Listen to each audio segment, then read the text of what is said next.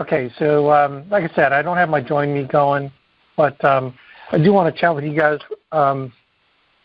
with a few things on the building side and try to, kind of cover some concepts that hopefully will get you thinking more about your future. Okay, so let me see. All right. So the concept of building the business. I was looking at a video I did a year ago, November 20th. Carter remembers this one because he's actually on it. Asked me or commenting on it. But I just watched it the other day. And if you haven't seen it, you really got to see it. I did send it out, right? I sent it out on email blast, so y'all got it. But if you want to look it up, it's I think it's called "What It Takes to Retire." You can look it up on YouTube. Just type in my last name: A as in apple, B as in boy, U, Y U, A N as in Nancy, and then type in that, next to it, what does it take to retire? I've gotten a lot of views. In fact, I've had people recruit people with that video. In fact, one of my agents, way in depth, invited 2 coworkers who saw the video, and they wanted to come by the hotspot meeting last night because the video spoke to them. And what I covered in that video was what does it take to retire. And since I've got a master's in economics, what I did was a very simple price comparison from 30 years ago and what the price of things are from 30 years ago to today, and the percentage increase in how much things cost, so that, it's like, again, the 11th commandment, if you guys know me, the 11th commandment is thou shalt not fooleth thyself with. And part of the thou shalt not fooleth thyself with is, when you look around you, look at the evidence around you of why people have to continue to work, quote unquote retired. They're supposedly retired, but they're still working at McDonald's cleaning toilets, and they're greeters at Walmart, right? It's because they didn't plan for retirement, couldn't put the money away for retirement. Retirement was just an afterthought. And, I don't define for myself any retirement as me sitting around and fishing, okay? I don't know what retirement means, really. For myself, I want to always be productive, do my mission that God had for me, build this business. That kind of stuff's fun for me. I mean, it's what I do. It's who I am. It's what I love. I love building the kingdom through this business. I love building the kingdom with money, being able to contribute to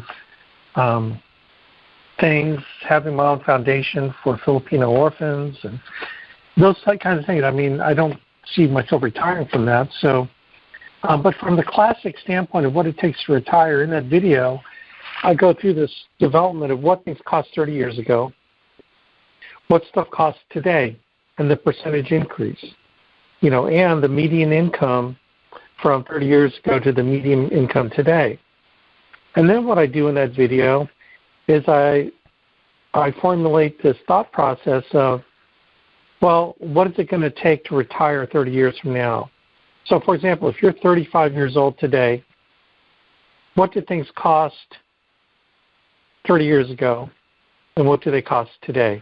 So in your 30 years of life, of your 35 years, I think I don't know the numbers off the top of my head, but it was something like, the median income was like, I don't know, $17,000, and today it's like $52,000.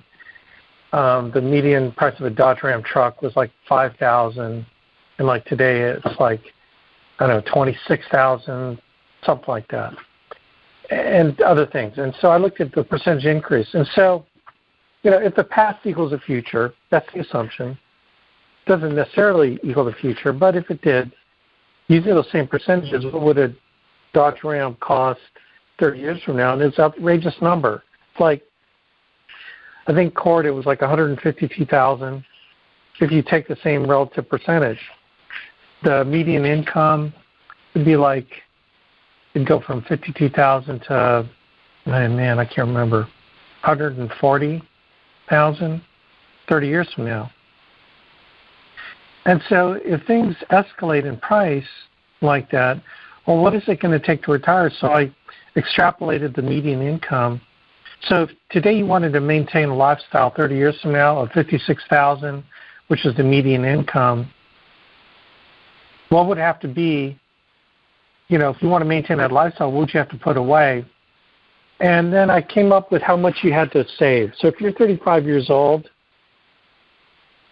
today and you wanted to retire at the lifestyle of a $56,000 income earner today, 30 years from now, you'd have to put away like $1,299 a month, right?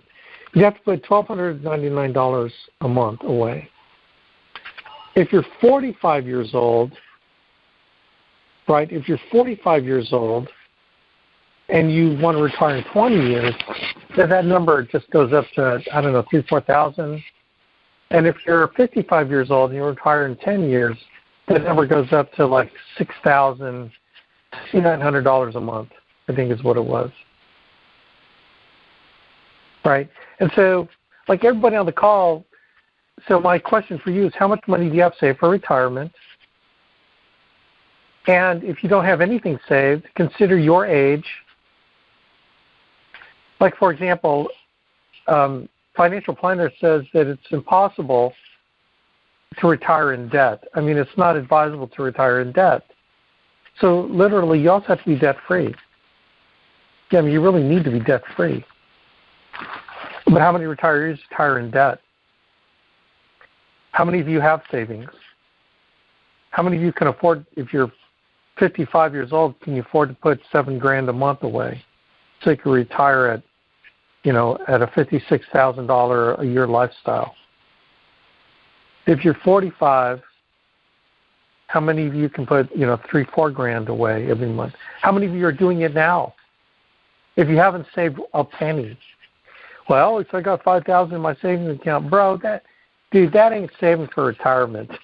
Okay, that's just in case something happens to you and you got $5,000.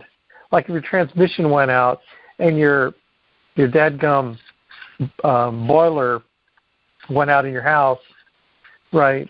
And like catastrophic stuff, how fast does $5,000 go in emergencies? So that isn't really savings. Retirement savings are the money you're putting away that's earning an interest, and that interest rate that I assume is 10% interest rate vehicle. So if you're putting $1,300 a month if you're 35, it has to be in a 10% interest bearing vehicle that's consistent over time. So over 30 years, it's earning you 10%. So if you don't got a penny, you don't got a lick going in there, you spent all your 401k because the economy went bad, then brother, sister, it's like wake up, smell the coffee. What are you going to do? It's like, what is your game plan? and people hate getting into these conversations because they don't want to think about it now. But that is why people are working at McDonald's when they're 65, 70 years old. That's why they're greeting at Walmart, because they can't make it, because they didn't plan or no one woke them up. No one said the bridge is out, right? No one said the bridge is out. You cannot continue doing what you're doing. But Alex, I'm just trying to make it every month to pay my bills. I hear you. That's why you're talking to me. That's why we're on this conference call. I hear you. Oh, man. That is why we're talking. Oh, man, can I hear an amen? You have got to listen to that. I don't want to reproduce it here because I've already done it, and I do it with passion. And I show you a way out. So look up what does it take to retire, and then my last name, Abuyuan, Abuyuan, and it'll go over the good and the bad and the ugly. I start out with the ugly. And like I warned you on the email blast I sent out, don't be in a high rise near a balcony after you watch the ugly portion of the video, because you're going to want to jump off the balcony. Like, it's depressing. I don't mean to depress you, but I mean to wake you up, man. Like, wake up. Smell the coffee. Remember, the worst thing you can do is talk to a guy in this business that has an econ degree, because I know the price of things, and I know what it's going to be. And so I'm alarming you to your situation, right? They're like, what are you doing, man? What are you doing? So watch that video. That'll wake you up. And then halfway through the video, I'll give you the good news. The good news is you're in this business. The good news is that we're talking. The good news is we have a vehicle that Andy Albright put together to resurrect us from our sleep. What is it in the Bible? A little sleep, a little slumber, and poverty will overtake me. A little sleep, a little slumber. Folks, wake up.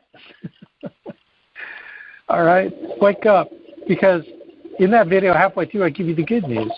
And in the good news, I lay it out for you. I show you the plan to get yourself out. I show you a plan of hiring 7 people that do 1 application a week, issue paid. They issue pay 1 application a week, which is about 5 hours of work. You hire 7 people, you become a key leader.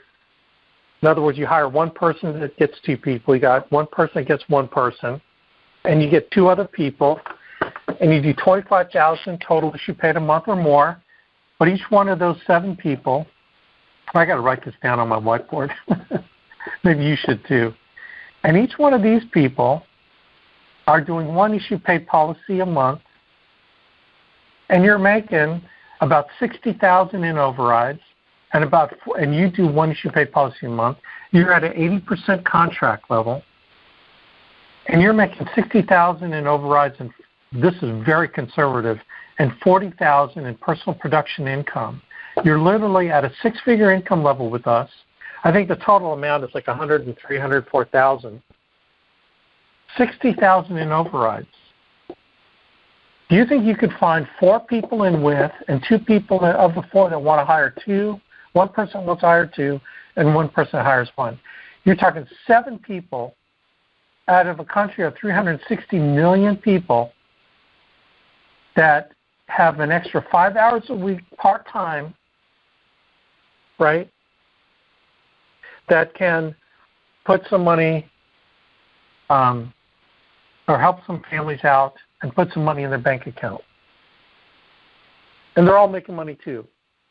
So even the most basic person, the 55%er that you got in, that's direct to you, they're making about $24,000 a year, right? The guy that 3,200 times 12, 3 times 36, 40. Maybe the business promoter is making $40,000 a year. The business developer, person with a person, they're probably making 600 times 12 a week times 52 weeks. 262 is 12. 31,000. That's right. So the VP is like about 800 times 52. 0, 16, 1, 40, 41. Yeah, 42,000. So that's pretty close. So, oh, by the way, you've helped your friends make money too. Like, you're helping them so that they don't have to be a Walmart greeter. Right? So can you find 7 people out of 360 million Americans that have a big enough dream to put 5 hours a week in, you should pay one policy a week, that you're making $60,000 in override income and $40,000 in personal production at a six-figure income level. So, okay, so $60,000. You're making $60,000 in overrides with 7 people that have 5 hours a week. Okay, so what is $60,000? What is that asset worth? Well, that's $5,000 a month in overrides. So whether you work or not, you're making $5,000 a month in income. So what is that asset worth to you? So let's equate it to the housing industry. So Cord, if you're in Cary, North Carolina, North Kakalaki, let's just, I'm going to unmute you. You're the realtor. You're the real estate guru. So I just unmuted you. So Cord, hey, yep. if you wanted to rent out a house for $5,000 a month, what would that house cost? Let's say you're in Cary, North Carolina, a nice suburb, in Raleigh. And you want it to rent for $5,000 a month. That'd be like a $750,000 home plus. $750,000 home. Great. $750,000 home. Okay, so it would be $5,000 a month in overrides, Cord, would be as if you had $750,000 that you purchased a home outright and started renting it for $5,000. Yep. Okay. Then people tell me, well, Alex, I don't know how many people rent out homes for $5,000 a month in Cary, North Carolina. Okay. Don't fight me. I'm trying to help you.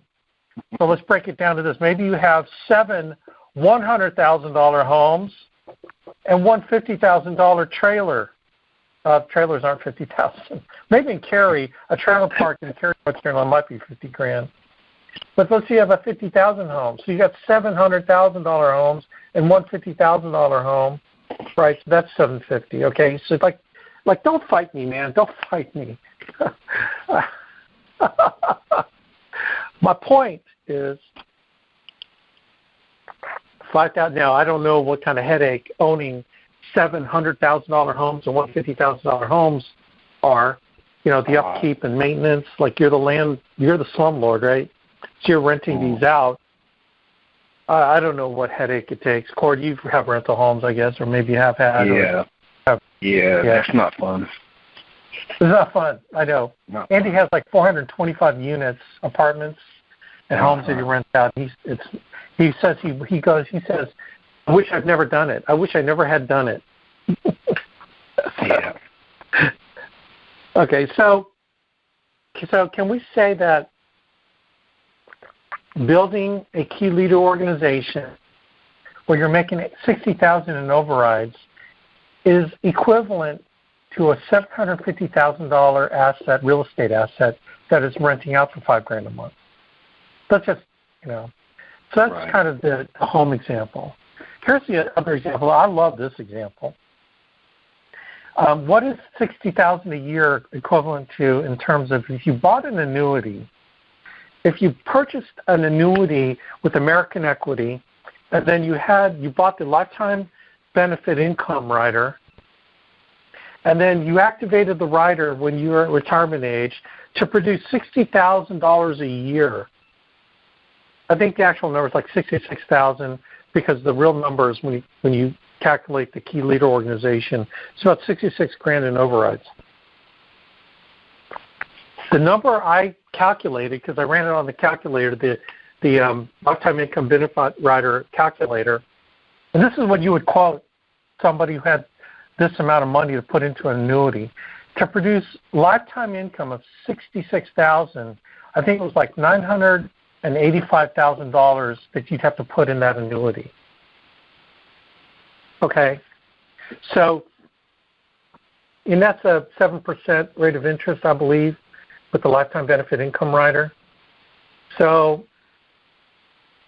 the second analogy is an annuity. So building a key leader organization okay, in our business, to earn you $5,000 a month in overrides is like either owning a $750,000 real estate asset that you're renting out for $5,000 a month, or activating an annuity of $985,000. Okay, in either case, you're going to have to figure out if you wanted to earn your retirement like that, what would you have to put away every month to build up a nest egg of $985,000, then put it into an annuity, and then activate the lifetime rider? Or how much money do you have to save to earn $750,000 without a mortgage? How long would it take you? Or how long would it take you to build a key leader organization? I don't know. If it took you 3 years to build a key leader organization and you put the work in, would that have been worth it? Let's even be crazier, Cord. If it took you 5 years to build a key leader organization, will it have been worth it? Oh, yeah. Let's just be crazy. Let's say the average age of people on this call is, let's say, 40. Average age is 40. If it took you 10 years to build a key leader organization where you had $60,000 a year of override income, regardless of whether you wrote one piece of business or not, by age 50, you had that asset, would that be worth it? I don't know. If you want more out of your lifestyle, then build it bigger. Build it to EVP and you're making $1.2 million a year. I don't let me limit you. Here's what I love about this program. Executive Vice President, okay, that's 110% commission rate level.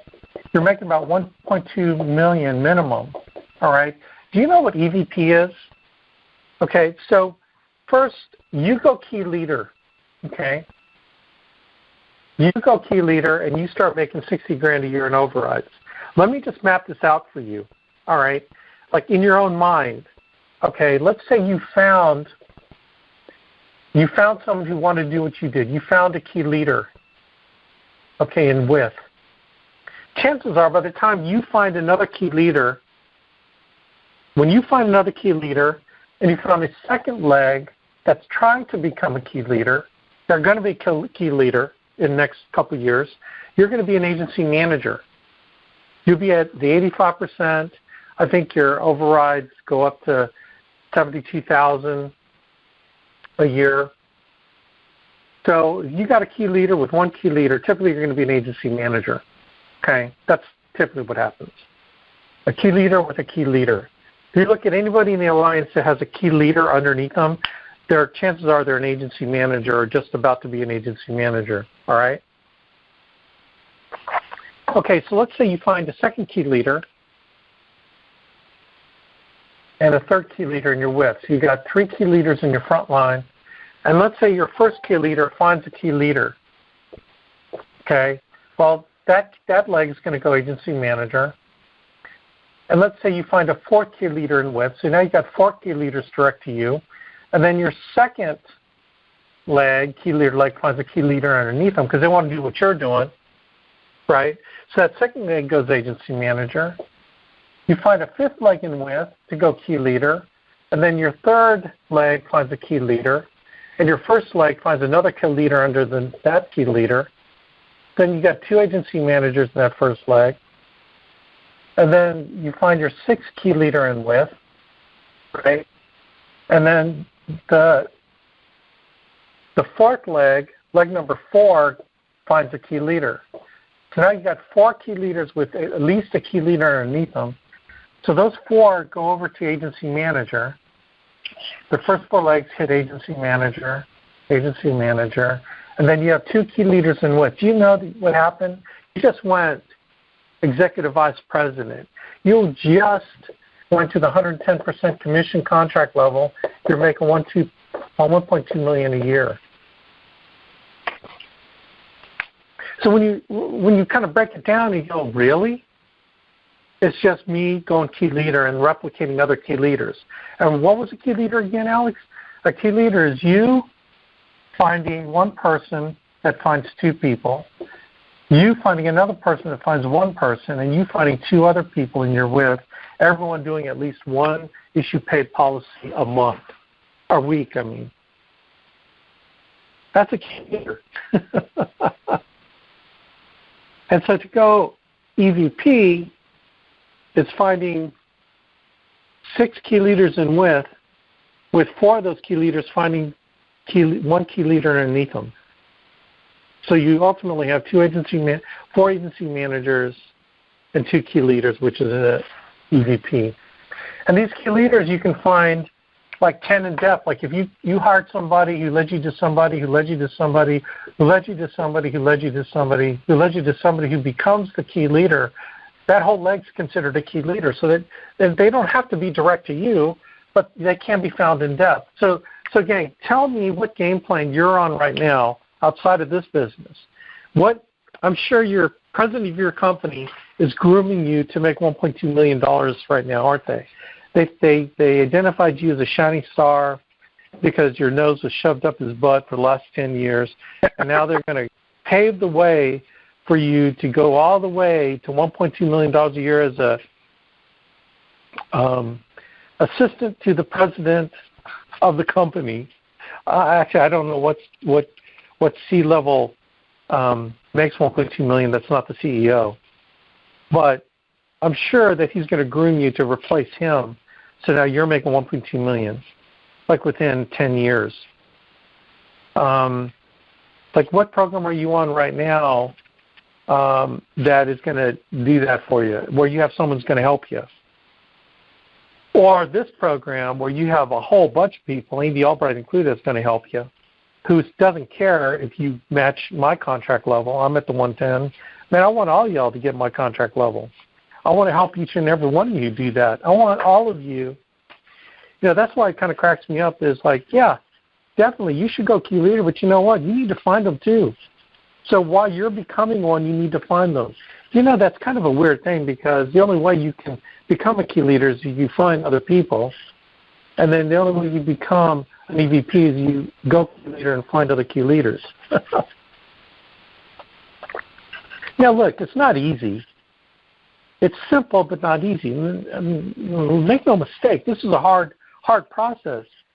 But I wouldn't want it any easier, because if it were easy, then everybody on this call would be making minimum wage, right? Like if it were easy, we'd be making minimum wage. Because it's hard, that's why we make a lot of money. And I want it hard, quite frankly. How dare you think that I preach something that's easy, then you wouldn't have to pay my price.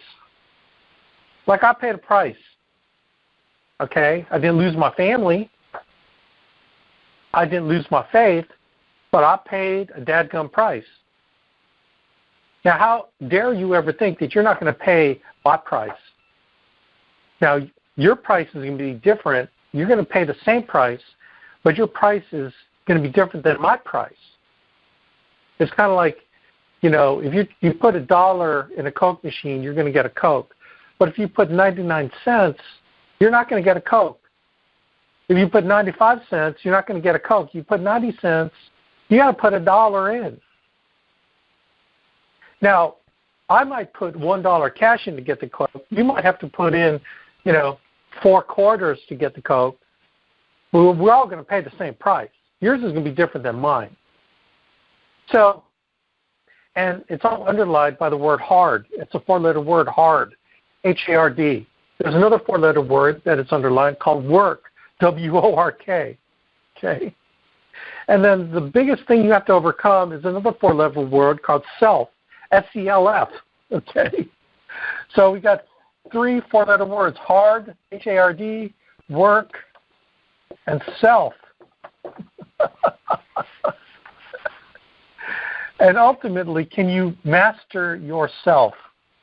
Can you master yourself to put in the work, to do that which is hard, so that you can achieve a lifestyle that no other person can have, that very few of your contemporaries, people you graduated from school, ever have?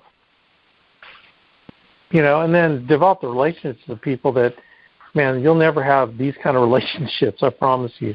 I mean, you could. I'm not saying you can't, but I'm saying the kinds that you develop here, the kind of relationships are just off the hook. It's one of the treasures and riches of our business is the kind of relationships you develop. It's insane, both upline and downline with your group.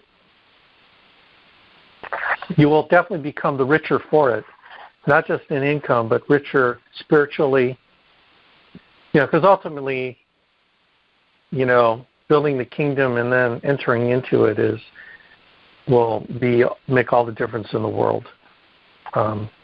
Because you're bringing people to the party. You're bringing other people to the party. That's kind of how I operate. So it's simple but not easy. But if you can do what it is we're teaching you, and if you get around the people that you can get around, and if you can change your belief system to the 7 belief systems that I mentioned yesterday on our agency conference call, okay, this is achievable because you will master yourself, okay? And so like the belief system, let me just mention them quick. Belief number 1, everything happens for a reason and purpose. Belief system number 2, there's no such thing as failure, only results. Belief number 3, whatever happens, take responsibility. Belief number 4, it is not necessary to understand everything to use it. Number 5, successful people are our greatest resource, so get around them. Belief number 6, work is play. And belief number 7, there is no abiding success without commitment. So I can give you all kinds of compelling reasons why you should build a business. I can go negative and talk about your future if you don't do it. Sort of like the alternative universe. Like I often think, what if Andy Albright did not call me about this business? What would I be doing 17 years later? Would I be in a cubicle farm wondering, Lord, is this all there is? Is this all that I'm made for? Is this all you have for me? Or would I be in this alternative universe that I'm in right now? And then what is my alternative universe future? If I stop working right now, there's one universe. If I continue to work my butt off and find more of you out there that wants to partake in this party that we're in, then my universe is different. But I make my universe today by what I do. I make my universe today by what I do today. See, I can't live in the future. I can only live in today. Yesterday is a canceled check. Today is cash in hand. Tomorrow is a promissory note. I can only spend the cash that I have in hand. Okay, so what can I do with the cash in hand? What can I do today? What can I do in the next hour? What are the things I can do if I believe that my future is with the Alliance and my only future where people will help me beyond what my family would even do for me, where you have a committed system that will help all your people that you're bringing to the party, where you don't have to be the expert. See, I love this business, is because it makes up for any deficiencies you have, no matter what they are. Oh my gosh, I have so many deficiencies. The system makes up for all of that because you have Andy Albright to shore up any deficiencies I have. You have the system, NA University, hotspots, national conference. You have our MP3s and the TWC and the activity calls, which will be the activity calls, Alliance activity calls. You have such a wealth of people that are here that are helping you and the system that will help you that it doesn't matter if you have deficiencies. What matters is what are you going to do with your time right now? So let's take a look and survey how much time do you have in my life. Let's just take in the weekly cycle because God made the world in 7 days.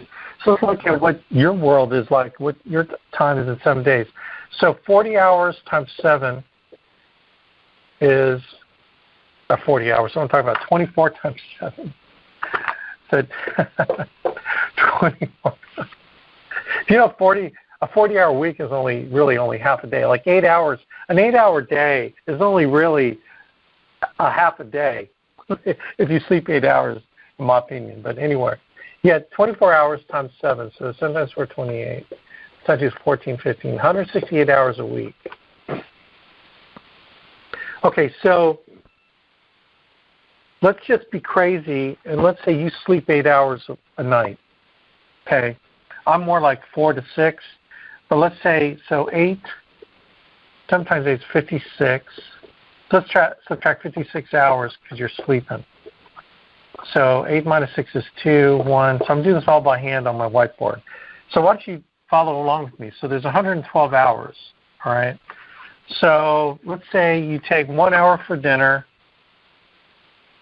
1 hour for dinner, 1 hour for lunch, and half an hour for breakfast. That's 2.5 hours a day that you eat, times 7 days. 5 times 7 is 35, 14, 17, 17.5. So let's round it up to 18. So 18 hours to eat every week. So 12, 0. So that's 4. So there's 94 hours left. Okay? So you got 94 hours. So we took care of sleeping. We took care of eating. Pooping. Let's talk about pooping. So let's say you spend an hour a day, depending on what you do on the porcelain throne. Let's just say you take 7 hours a week expelling. I know. 87 hours left. So you got 87 hours left. Okay, let's say that you work a full-time job, so let's subtract 40 hours. This is for the part-timer. If you're full-time with us, oh my gosh, I'm just talking to the part-timer, who are probably not on this call because you're probably working a full-time job. But if you happen to hear this audio, so now you got 47 hours left. So we took your job away, your JOB, so now you got 40 hours. Okay. Or now you got 47 hours. 47 hours left. Okay, so let's take 47 hours, and let's say you go to church on Wednesday and you go to church on Sunday. So let's say you do one of those Sunday 2 services, one in the morning, one in the evening. So let's say it's a couple hours, 4, and then Wednesday service, the 2, 4, 6, 6 hours a week in worship. So minus 6 hours for church. Okay, now I'm not trying to profile anybody, but I'm trying to get a little, okay, so you got 41 hours left. And let's say you pray, you do devotion in the morning and devotion in the evening. Let's say it's another hour. That's 7 hours praying. So 11, 4. So now you got 34 hours left. All right. Okay, so we took care of your God. Alex, I like to spend time with my family. Okay, so how much do you do with your family? Let's say you date your wife once a week. So you take your wife out, your spouse out. Let's say you do a 2-hour date a week. So that's 2 hours for your spouse. Okay, so now we're down to 32 hours. All right, so that's spouse time. Just where you and her, you're on a date, you turn the phone off, and you talk. You have dinner, you talk about the kids, you talk about what you ought to be doing, you talk just catching up with each other, and then you actually tell each other you love each other and how much you appreciate each other. So let's say you take 2 hours a week for your spouse, and then depending on how many kids you have, let's say you help your kids with homework, you mentor them, you teach them about these books we're reading. Okay, let's say you spend 5 hours, 1 hour per child. So let's say you have 5 children, like I do. You spend 1 hour with them a week to mentor them. So let's subtract 5 hours a week for your children. Okay, so that's kids. 20, 12, 7. So now you got 27 hours left. So you have 27 hours a week left. So you took care of your family, you took care of God, you took care of work, You took care of sleeping, eating, and pooping. And then after all said and done, you like to work out, so you feel good working out. So let's take an hour a day working out. So -7 for workouts. So -7 hours. So 20 hours left. Work out. So now you have 20 hours a week. So you took care of God, you took care of family, you took care of job, and you took care of physical, because you should be working out every day, feel better about yourself. And so after, a full 8 hours of rest every day, taking your spouse out on a date every week, spending an hour a week with each of your 5 children to mentor them, to help them find out what's going on in their lives, ask them about how you can help them. What do they need from you? You have 20 hours left. 20 hours. Okay, so you want to go key leader, so you've got 5 hours a week that you're selling, because that's all it takes to do one app a week. That's 5 hours a week. So now you've got 15 hours left. 15 hours. So after you took care of God, you took care of family, you took care of your job, you took care of working out, because I know how your priorities are. Your priorities, you got to do all this other stuff first, and then you do 5 hours because you want to go key leaders. Do one app a week so you can make, 24 grand on your personal pen, and then you got 15 hours a week. So what do you do with 15 hours a week? Oh, I don't know. You could watch ESPN. You could recruit. You could sit contemplating life. What else could you be doing with 15 hours a week of your time? I don't know. What do you value? What do you need in your life? Oh, man. Am I convicting anybody here? Is anyone being convicted? Are you being convicted about what you're doing with your time, what you're doing with your life? Because what happens every day is a day that's lost. Whatever you did today, you pay whatever consequences for them in the future, but the day today is gone forever. You will never get this day back today. You will never, ever get back this day. You will never, ever get back the minute that just went by. You'll never get back the last 45 minutes I've been talking. You'll never get it back.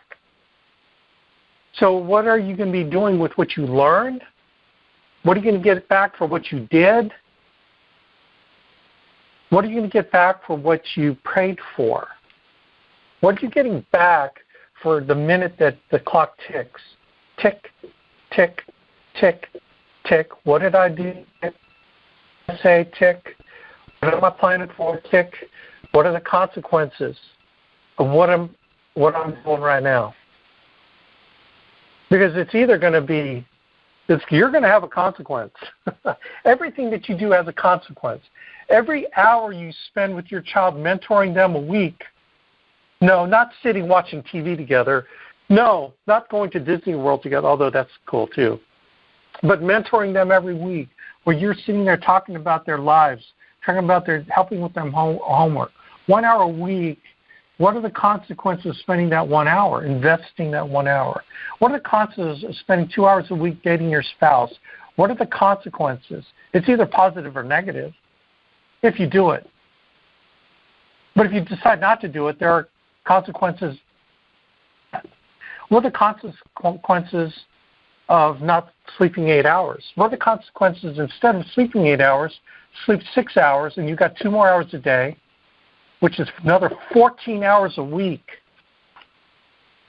So if you slept only 6 hours, you add another 14 to the 15 hours, that's 29 hours that you have back of your life. So now what are you going to do with it? I say this, gang, that every week that you don't recruit someone to build your business and build your future is another 3 weeks working in the field. Now, look, don't get me wrong. I loved working in the field.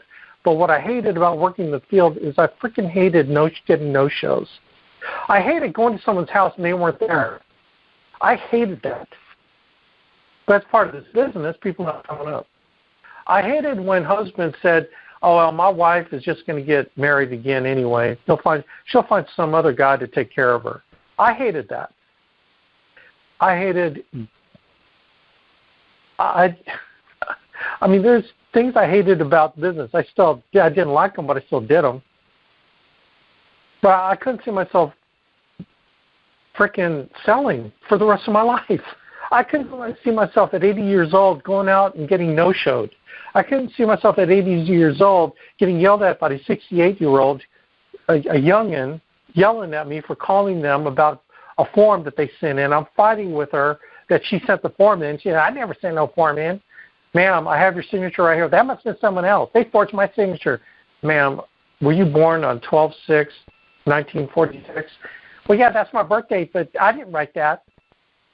"Ma'am, do you live at 1234 Anywhere Street in Dayton, Ohio?" "Yeah, that's where I live, but I didn't fill the form out." You know, and you're fighting. Like, yeah, I couldn't see myself doing that till I was 80. So, like, if you're with us, I love that you want to be SEAL team. I love that you want to book 20 appointments a week. I love that you want to recruit 2 a week. I love that you get recognition. That is awesome. You know why I love that? Because I'm overriding you, baby. I am freaking overriding you.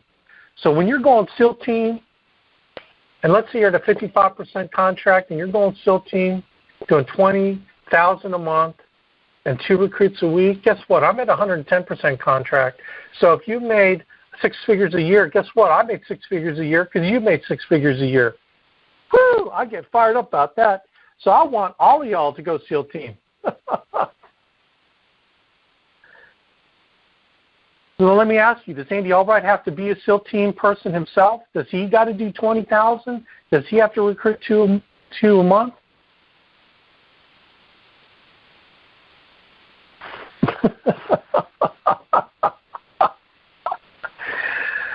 Baby, I'm finding me SEAL team people. What are you doing? That's what I'm doing. I'm finding me more people. What are you doing? Oh my gosh. I just laugh. Because the business is so awesome. There's so much in this business for you. But don't get so caught up in the short-term income that you don't see the long-term vision for what you can create in your life. I mean, yeah, I know you got to pay your bills, and it'd be nice if you made 6 figures. I would love for you to make 6 figures selling. But at the point down the road where you cannot make one more dial, you can't go on a one more no-show, what do you have to back you up? Are you just going to quit this business, or are you going to have a big business backing you up where you make a decision, you know what, I'm making $200,000 a year in overrides. And yeah, I can make $100,000 a year on my personal production, but you know what, if I went full-time and not had to, full-time meaning I don't have to produce anymore, you know how many more people, and I can leverage that, so instead of $200,000, I'll make $500,000 next year in override income.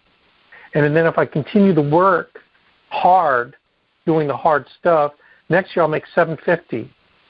And if I continue to work hard, next year I'll make $1.2 million. Not having to sell one lick of business.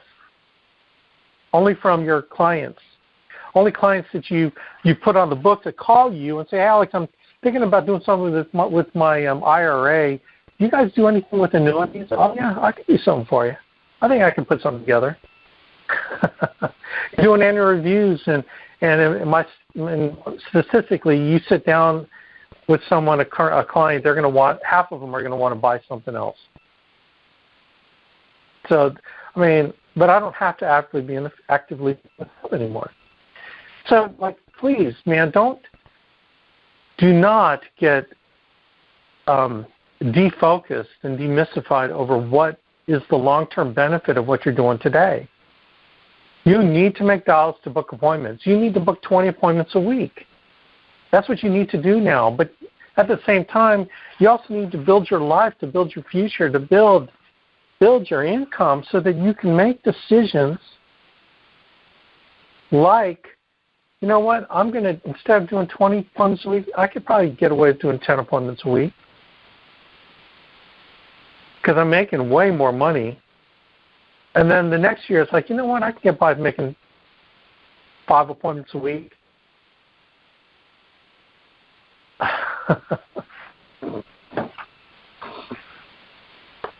It was funny at the Instant Thunder, there are all these people at front that are being recognized for SEAL Team, and they were saying, SEAL Team, up SEAL Team, I'm fired up, man. I'm going to be SEAL Team every month next year, SEAL Team, SEAL Team. And I leaned over to Fitz. I was walking by, going to the bathroom, and I leaned over to Fitz, and I said, dude, I want to find 20 people like that. He was laughing, I was laughing. He was laughing, I was laughing, because he knew what I was saying. Man, I want to whip everybody into a frenzy. Like, there's a 110% commission rate. Does that make sense to you? Oh, my gosh. But I worked my butt off to get here. So work your butt off so you can be in the same position to get fired up about SEAL Team. The fact that I'd rather find 20 SEAL Team people than to be a SEAL Team person myself. It's kind of like Henry Ford. I'd rather have 100 people. I'd rather benefit 1% over 100 people than do 100% of the work myself. See, gang, that's the definition of ambitiously lazy. You know? See, Jesus had the smart idea. He didn't try to evangelize the world all himself. He found 12. And then a whole bunch of disciples after that. And then when he went up to heaven, the 12 started rocking and rolling. And we have today, in terms of how many follow Christ today, from 12 people 2,000 years ago. Look, Jesus knew what he was doing, so why don't you do the same thing? My gosh. He's the ultimate time compounder. You know, you ever hear Christ has no body but yours? Christ has no body but yours. See, one thing I knew for sure, if you've ever been in this business any amount of time, you have good weeks and you have bad weeks. You have good weeks, you have bad weeks. Some weeks you turn in 5,000. The next week you turn in nothing. The next week you turn in 3,000. The next week you turn in nothing. The next week you turn in 2,500. The next week you turn in 3,000. The next week you turn in 7,000. The next week you turn in nothing. Okay? So the way I kind of look at it is that if I didn't turn in nothing, I was not getting paid. You don't get paid for getting no-showed. You don't get paid, right, for going out and attempting to make a sale, and then the person says, no, they don't want it, they want to think about it. You don't get paid for that. You only get paid when stuff happens, like people buy their policies and they keep their policies. That's when you get paid. They show up at their appointments. But you got to go through all the unpaid work to get to the paid work. And you have no paid work without the unpaid work. So I kind of look at it all as paid work. It's all work. But here's what I knew. I don't know a whole lot, but there's things that I know. And I know that I have good weeks and bad weeks. And so I didn't like that my income was dependent on me having good weeks and bad weeks. But here's what I loved about hiring a whole boatload of agents, is that each agent had a good week and a bad week. Each agent has their ups and downs, each agent. And when I diversify my income over an agency of agents that have good weeks and bad weeks, guess what happens to my income? My overrides become stable. Because what's interesting, and if you guys follow the leaderboards, because I always put on average premium per application, average premium per agent, average application per agent, and you know I put them on there. And if you're on my Join Me and watching our agency conference calls, you know how consistent it is, don't you? See, statistically, if you have a unique writing agent, what is a unique writing agent? A unique writing agent is one person that issue pays one policy a month. So whether you do 20 issue paid policies a month or one, you're considered a unique writing agent. And so statistically, half of your total unique writing agents that write in a month will turn in business every week. So if you got 40 unique writing agents that turn in at least one application a month, you'll consistently have about 20 that turns in business every week. Is that crazy? And they're going to be different agents. Very rarely do you have a consistent agent every week they're turning something in. You know, maybe it's 1 out of 10, 1 out of 8 that turns in business every week. But I'm dadgum for sure. If I've got 40 writing agents in a month, unique writing agents, I'll have 20 every week. If I've got 20 every month, I'll have 10 every week. Is that cool? Like, I know statistically what I say is true. So wouldn't it be nice if you can live with your up and down weeks as a salesperson, but you had a key leader group of 7 other people that had good weeks and bad weeks, and all of a sudden your income stabilizes, your override income stabilizes, your wife or your spouse gets fired up because that money's coming in and she doesn't have to live with the variation of making $3,000 this week and then, you know, 0 next week. You're making $3,000 a week in overrides, week after week after week. Then it's $5,000 a week in overrides, week after week. Then it's $17,000 a week in overrides, week after week after week. And then you get a bonus check like $20,888 like I got last month, toward last month. That's cool. On top of my commission, I get a bonus based on the structure of my group. And I got a $20,000, and then the month before that it was like $21,675, and I think it was 94 cents. Not that we're tracking it. Why? Because 17 years ago I decided I wanted to build a business. People ask me, Alex, what would you have changed when you got in? Everyone expects me to say something. I say, I wouldn't have changed a thing. Because in our second month, we submitted 100,000. I recruited right away. You ask anybody else, and they're going to tell you, I wish I were recruited sooner. Gang, I got in this from the Amway business. I knew that this business, everything about this business was building it. So I didn't have to sell the rest of my life. And that's what I did. I took advantage of the advantage. That's the alliance advantage.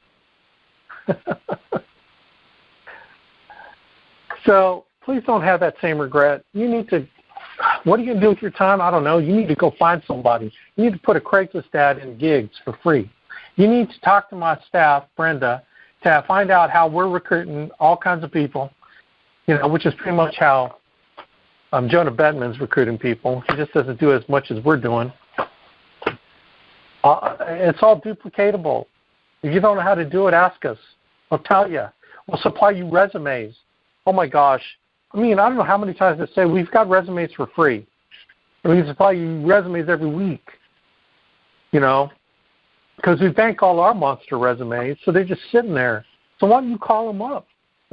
Why don't you email them? Why don't you text them? Hey, our HR staff identified you as a potential fit for a position we have in your area. Why don't you give me a call? We can talk about it. I mean, I know, man. I'm a simple guy. I don't like to make things too complicated. I hope somehow, some way, I've made you realize that your time is valuable. Your time is the most valuable resource you have. So the question is, what are you doing with your time? And does it align with what you value in your life in terms of what you want your life to be in the future? So are you living today for what your future will be? I don't know. But I'm begging you to. Oh, my gosh, I'm begging you. So anyway, gang, I'm done, man. I hope you take a serious look at where you are, where you need to go, and that you hit the phones like ASAP, because you cannot afford to waste any more time because it takes so much to retire, whatever that means. Anyway, gang, man, I appreciate y'all, man. God bless you. Make this a great Christmas holiday for your family because you worked your butt off until you didn't have to. Right, until you wanted to spend time with your family. All right. So God bless you, man. Take care. Talk to you later.